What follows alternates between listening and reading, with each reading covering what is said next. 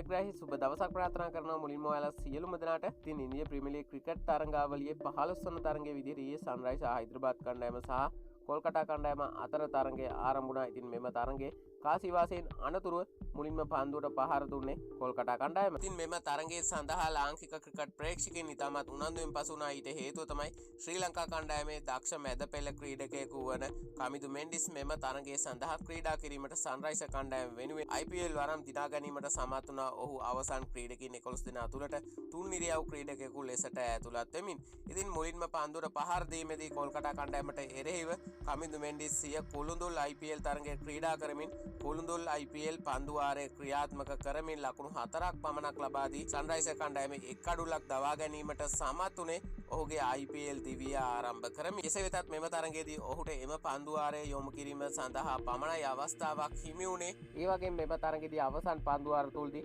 විශිෂ්ට ප්‍රහාරයක නිරත වුණු KKR පිතිකරුවන් විසින් නියමිත පන්දු වාර 20 අවසන් වන විට ලකුණු 201 දැවැන්ත ලකුණු පුරුවක් නිර්මාණය කිරීමට සමත් වුණා.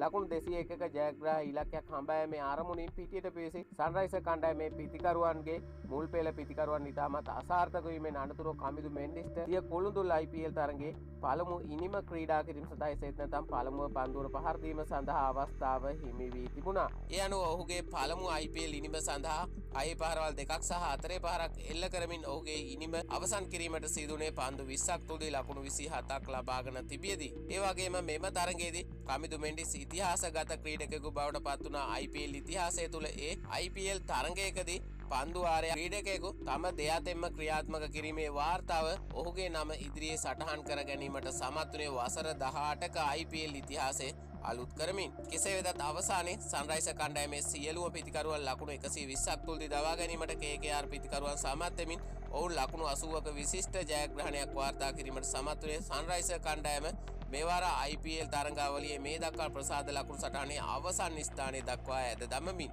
ඒ අනුව ප්‍රසාද ලකුණු සටහනේ මේ වන විට පළමුවන ස්ථානයේ පංජාබ් කණ්ඩායම, දෙවන ස්ථානයේ දිල්ලි කණ්ඩායම, තෙවන ස්ථානයේ රොයල් චැලෙන්ජර්ස් කණ්ඩායම සහ හතරවන ස්ථානයේ ගුජරාට් ටයිටන්ස් කණ්ඩායමද ඒ වගේම ඊයේ තරඟයේ ජයග්‍රහණය කිරීමෙන් අනතුරුව පස්වන ස්ථානයේ කොල්කතා කණ්ඩායමද රැඳී සිටිනවා. IPL තරඟාවලියේ අලුත් වන තොරතුරු සහ ක්‍රිකට් පිටියේ මේ වගේ දිනෙන් දින අලුත් වන තොරතුරු සමග රැඳෙන්න අපිත් එක්ක අපි නැවතත් හමු වෙමු. ක්‍රීඩා සීලී සුබ දවසක්.